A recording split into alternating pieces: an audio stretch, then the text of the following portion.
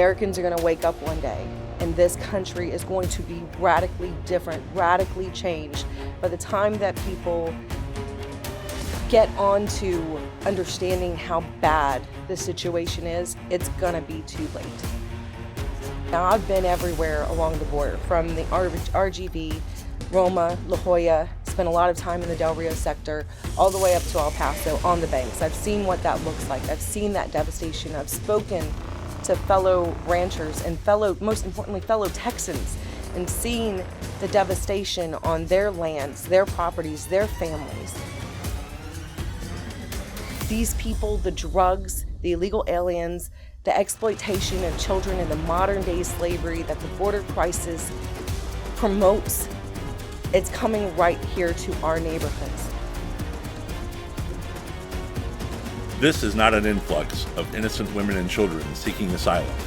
This is an effort by transnational criminal organizations to invade the U.S. and leverage weak district attorneys nationwide in a wave of crime to spur chaos and expedite the collapse of the United States. Two issues are at the top of the list of concerns that many Americans share: inflation and crime. Whether you vote or not, whether you pay attention to politics or not, you notice that prices have increased across the board. You know that you spend more than ever, and this is intentional. Both national and international organizations want this to happen. You know that horrific crime seems to be not just in the big cities and urban areas, but it's everywhere. We see video of toddlers casting disdain on police officers. We hear of younger and younger people committing acts of violence and theft in small towns with no regard for life or property. We make a grave mistake if we see this as just a border problem. This is your problem, right where you live. Of course, we recovered that AK-47 last night. It started off as what should have been a simple traffic stop. Deputies hit the lights, the vehicle sped off. We ended up with a pursuit. The vehicle misnegotiated a curve and rolled. Two of the bodies, I still don't have all the reports on yet, so I'm not exactly sure, but two were transported to the emergency room in Uvalde. Those were illegals. The driver and a co-principal were apprehended. We're working on the driver right now, but that was in their car, along with the Glock 40 caliber pistol. Kinney County, Texas sits on the Texas-Mexico border. Brad Coe is the sheriff of Kinney County, Texas, and has been dealing with this invasion of illegals for years. We seized pistols. We used to maybe 2 or 3 a year. One year we did 14. We thought, holy cow. And now we're doing 12, 14 a month because everybody's armed. And it's getting kind of turning back into the Wild West. It was earlier this year, deputies were involved in a shooting.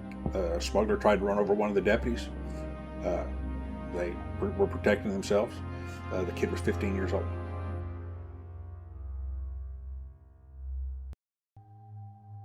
That 15-year-old was from San Antonio, Texas. Mexican cartels reach into our nation's high schools to try and recruit our youth through every social media app available. Sheriff Coe explains that teenagers are offered $1,000, $1,500, $2,000 for every person they drive from the border into our nation's interior. That's likely how a 15-year-old can afford an AK-47. That's likely how lonely, fatherless teens can afford brand new weapons and fancy trucks. When the law is ignored by those we elect to make and enforce the laws, that disrespect that they have for the law spills over into every aspect of our society and cements itself into our culture. And when the first act of a person who comes here is to disrespect our law, it should surprise no one that the person will likely disrespect other laws that protect life and property. On the highway into Del Rio, Texas, a homeowner crafted a front yard billboard with his own personal message. At various points on the fence that lines the highway, others have erected another very personal message. Homeowners love it when the law is enforced and despise those who intentionally allow crime to happen. Based on his campaign rhetoric, Biden promised to reverse Trump's stern approach to border security. And sure enough, Biden acted as he said he would. This culminated in a PR disaster for both Biden and border czar Kamala Harris, where in Del Rio, Texas, the illegal population swelled to 14,000 camping out or near the bridge by the port of entry. The move was then on to hide the swell of illegal immigration from the public's view. It also put pressure on Texas Governor Greg Abbott to do what Biden was not doing, treat the border and Texas land as sovereign and secure it. Under Article 1 in the U.S. Constitution, states have the right to defend themselves from an invasion. Abbott himself referred to what was happening on the border as an invasion less than 6 months after Biden took office. Despite this discussion of invasion, the border has remained porous under Biden's tenure. Abbott, who was in a primary fight with several opponents, tried a series of steps to appear to contain the problem. In the meantime, Biden ignored any attempts to stop his open borders agenda and pushed forward with his plans. When asked, the head of DHS insists today that the border is well controlled. They're not referring to the type of control we need. They're referring to the type of control that they want. The control they want is to allow this intentional invasion to continue without much interference from the media or the public. To accomplish that, this was the next action by the federal government. U.S. Customs and Border Protection announced that it would temporarily close and reroute traffic from Del Rio to Eagle Pass in order to respond to the urgent safety and security needs presented by thousands of migrants waiting underneath the international bridge connecting Del Rio with Mexico. This took the 14,000 illegals out of the public view, but it didn't stem the flow. If anything, the surge increased. While those here illegally were taken south to Eagle Pass and processed, plans for a new facility began that would be erected near Camado. That rather large facility exists today and sits less than a mile from a National Guard encampment. It's a bit ironic that those tasked with helping to secure our border, our National Guard, bunk so near the facility that processes a form of unlawful amnesty for those who are here illegally. This intentional invasion brings crime. It brings crime to your doorstep. Lawlessness persists, and costs for the damages that occur in its wake inflates the cost of goods that we pay at market. This federal government under Democrat control will not stop this intentional invasion. It's up to the states.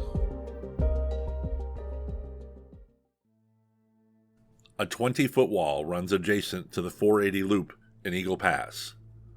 This 2-mile wall was erected by Texas Governor Greg Abbott as a deterrent to illegal immigrants entering Texas. But it doesn't really serve as a deterrent. On Monday, July 18th, 2022, with temperatures well over 100 degrees, people from other countries waded across the river to reach the U.S. in Eagle Pass, Texas. At the northernmost point on the short $25 million wall, many here illegally were politely processed by U.S. Border Patrol and then given a bus to their next destination in the process. 10 minutes later, this footage was shot at the midpoint of the wall. As you can see, Texas DPS, U.S. Border Patrol, and National Guard vehicles are all there to politely assist in the processing of those here illegally and to help them get on the bus to their next stage in the process. A few minutes later, transportation vans filled with those here illegally emerged from private land at the southernmost end of the wall to take them to their next destination. Governor Abbott made other claims to say he secured the border. He tried a vehicle wall. He tried a short wall of shipping containers. He erected fence with razor wire. But smugglers avoided the razor wire and easily cut through the chain link fence. With every picture and video he released, Governor Abbott also used each attempt to fundraise. Nearly 24 fundraising emails insisting that he was securing the border were sent to supporters in a short span of 5 months. Governor Abbott raised over $55 million in border wall donations from patriots around the country. But Abbott's wall, Abbott's fence, Abbott's vehicles, and Abbott's shipping containers haven't secured the Texas border. The Texas border is no joke, and is as porous today as it was when Abbott was first elected 8 years ago. No one can solve a problem that they can't see. Government must be transparent, and we must tell the truth about the performance of those elected. The truth is very simple. The Texas border has never been secure. Politicians from both parties have worked to keep it from being secure. The violence done to American citizens, the drugs that destroy families and communities, the homes that are vandalized, the property stolen, the human beings trafficked and used. We live in a time when heroes must step forward and do the right thing, if only for the reason that it's the right thing to do. You might be that hero. Your elected representative can be that hero. But it's certain that we suffer from a lack of heroes. Those who cross at these points of entry, such as the 2-mile wall in Eagle Pass, either have no ID or they have no criminal history that can be ascertained. Who are they? We don't know. Are they tied to the cartels in any way? Some certainly are, but how many is unknown. In areas beyond the public's view, there simply is no fence. North and south of Del Rio and Eagle Pass, no barrier has been erected at all. Sheriff Coe, one of our heroes, explains how smugglers and criminals leverage the preoccupation with those coming to the waiting buses by the river to cross at unprotected points along the border. So you've got Del Rio, you've got Eagle Pass. Everything that comes out of Del Rio, whether it be foot traffic or smuggling cases, 90% of it wants to go to San Antonio to the nearest, that's a big hub. So they travel east. You know, you always hear, well, they travel north. This part of the country, because of the way the river sits, how it comes down this way, they travel east. Now you get down here in the southern part, you got Camado, you got Eagle Pass. Major checkpoints on 277 and 57. Now we do have a major checkpoint on Highway 90. But here, they truly do go kind of northeast. That's there by design. And that's to push the smuggling cases, the smugglers, up the northern routes, which makes them easier to identify.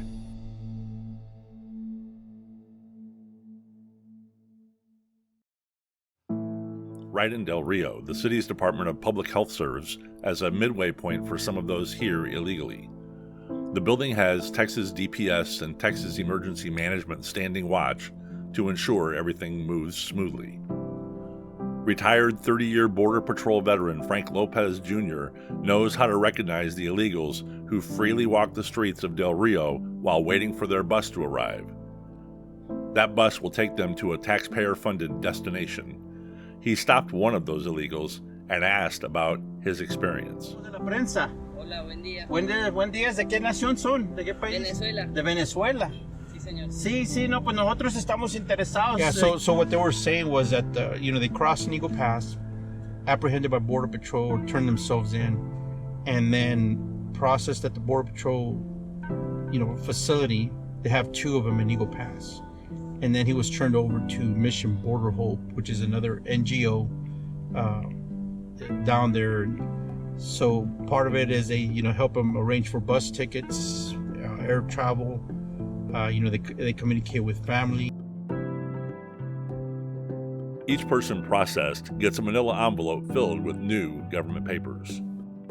It's their documentation from Border Patrol, but also, their itinerary, so they probably have their bus tickets in there and stuff like that. And it just happens every day. I mean, there's just 3 of them. And they're illegal. They're just casually walking around in Del Rio. Yeah, they crossed the border illegally. They entered it. They waded across the Rio Grande River. Right. So that's that's a thing. They violated AUSC 1325, which is illegal entry. So yeah, they entered illegally. But under the Biden administration, they're being processed for amnesty. Trump and even previous organizations, they would have been set up for 8 U.S.C. 1325 illegal entry under, in this sector, Operation Streamline, which was a joint effort between the U.S. Attorney's Office, Border Patrol, ICE, deportations, and they call it Operation Streamline because you were caught, you were processed, you went to jail, you served time, and you were deported. And the Biden administration took all that away. Wyatt Watson does private security for landowners on the Texas border. The cartel is our enemy. They're the ones we need to be fighting. They're the ones that got to be thrown out of Texas. What we're being told is a bald-faced lie. And I don't know any other way to put it. It pains me to have to sit here and tell you this. But I couldn't tell you if I hadn't seen it with my own eyes, and I have seen it with my own eyes. For every smuggler who is apprehended by law enforcement, Sheriff Coe says that 8 or 10 make it through because the invasion is overwhelming our resources. Once past checkpoints and patrols and sheriffs, these criminals are free to go anywhere in the country that the cartels want them to go. And they do. And until we look at it like that, then we're being deceived. I'm telling you, we're being deceived. We have to protect the sovereignty of Texas. These photos taken by Wyatt are a fact of life. He sees the women and children who are smuggled and trafficked. The cartels bribe or coerce landowners to allow the cartels to use the land for whatever purpose they want. As they move east and northward, crime occurs. Last year we had a Polaris Ranger stolen. The rancher, or the hunter, actually backed it into the garage, into the carport, disconnected from the truck, went on about his business. Comes back 2 days later. The trespassers had by hand moved the trailer out so they could unload the Polaris, hot-wired it, and off they went. And we followed it as far as we could because they were driving through fences. They weren't staying on the road, they were driving through fences. And we found it about 3 months later, about 40 miles from here, and it damaged fence, and they ran out of gas, they pushed it off into a ravine. And of course the insurance company covered it, but it was a $30,000 machine. And stolen vehicles, I mean, I don't know how many stolen vehicles we've had this month, but by the time, of course, it's a stolen vehicle, and they're not stealing the cheap stuff. The one we had the other night was a 2020 Ford F-350 Platinum Edition, dually, nice truck. That totally trashed the inside, went up in a pursuit. Goes through a fence, goes in about half mile cross country, tearing up axles and everything on the vehicle, and they bail out. The insurance company's got to cover that. Your insurance goes up, my insurance goes up because of things like that. Absolutely. And they're getting more and more sophisticated every day, and we are outmanned, outgunned, and outfinanced because the cartels are the ones that are fronting all this. Everyone associated with this video agrees on one thing. It's not the government that runs the border. It's the cartels that run the border between America and Mexico, which should be an embarrassment to every government official in the United States. Why would anyone allow this to happen? It's never wrong to consider money as a motivation. It's also no stretch to call this a booming industry. NGOs, or non-government organizations, have been awarded huge contracts to expedite all of this movement.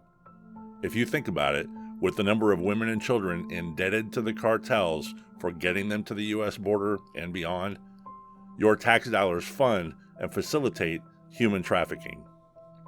One such NGO is Mission Border Hope. Every day, it moves up to 1,000 people who are here illegally. It's run by Valeria Wheeler, who is married to Victor Wheeler. He runs the Eagle Pass News Leader and is close friends with Republican Congressman Tony Gonzalez, as you can see here in this picture of the two of them together in Washington, D.C.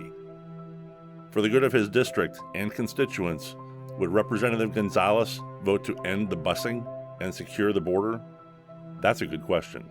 It also begs the question how many of our representatives have close ties to those who become part of this billion-dollar industry of unlawful, unregulated, and unrestricted amnesty. In March 2022, to prevent any delay in the flow of illegals across our border, the Department of Homeland Security ordered the release and later the parole of over 200,000 people here illegally from one of 4 countries: Venezuela, Cuba, Nicaragua, and Colombia. That population is larger than the city of Brownsville, Texas. It's amazing how many of those who cross illegally today without identification tell Border Patrol or other law enforcement that they are from one of those 4 countries when apprehended. Remember the person interviewed earlier who said he was from Venezuela? He also said that his 2 friends who came with him across the river were from Colombia. Whether it's a non-government organization that buses those here illegally to places throughout the United States, or the government itself, as Texas is doing, this practice ignores the very purpose an immigration system serves. Those who are born here have the inherent right to be here. Hopefully, we teach them to embrace a culture that respects the life and property of everyone here. But those not born here should only be allowed if they prove themselves to be a benefit to all of us and intend no one any harm. That's the exact purpose of an immigration system. While it might be amusing to see the open borders crowd get annoyed at having illegals dropped off in their city, no one can assure Texans or Americans with a vetted certainty that these people are a benefit to all of us. There is no way every one of those people have no ties to the cartels.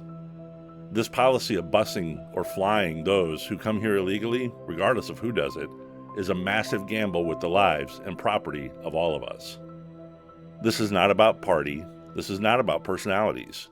It's not about scoring political points. It's only about the policy of protecting the life and property of American citizens first. Whichever candidate on the ballot will put American citizens first should get our vote, regardless of whether they are affiliated with a political party or independent on the ballot. As the day begins in Del Rio, the buses wait in the morning light to shuttle those here illegally. Not far away is the Stripes gas station on Veterans Boulevard, which also serves as the Greyhound bus depot. Once they come across the border, get processed at the Department of Public Health and receive their papers and tickets for transportation, the buses take them to Stripes, and soon off they go to a city somewhere in the United States, to a city near you, to a neighborhood near you, and it's happening right now. So what can you do about it? We live in a time when heroes are few and far between. You can be a hero. Your elected representative can be a hero. 8 counties in Texas recently held a press conference and declared that the U.S. is under invasion. 2 more counties have joined in that declaration. What if every county in Texas did this? What if we leaned on our county sheriffs and our county commissioners to issue a declaration of invasion? What if 50, 100, 150 counties in Texas declared invasion? What if every county did? We hear all of the time that every state is a border state. You've seen with your own eyes that this is not just a problem at the border, but that the people who come here illegally are shipped to cities throughout America. You are not aware of how serious the border crisis is.